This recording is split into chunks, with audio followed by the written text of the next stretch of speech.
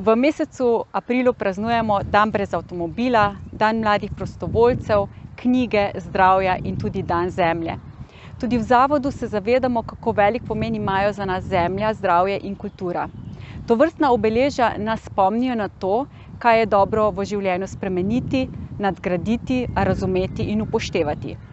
Kot zavod vsako leto pripravimo 2 dneva, spomladi in jeseni, ki jo posvetimo tovrstnim temam: zemlji, gozdu, aktivnostim v naravi. Na gradu smo oblikovali tematsko pot Gozd je kultura, ki jo kot vodene oglede ponujamo in so primerni za razne skupine, tako za šole kot prilagojeno za vrtce. V lanskem letu pa smo jo nadgradili še z energetsko potjo. V planu jo imamo še nadgraditi z novo ponudbo, pa vendar več v prihodnje. Veseli pa smo tudi, ko vidimo na poti in širše v okolici gradu individualne obiskovalce. Zato vljudno vabljeni vse, ki nas obiščete, da to storite tudi v prihodnje, seveda ob upoštevanju vseh trenutnih ukrepov, predvsem pa ostanite zdravi in nasmejani. Srečno!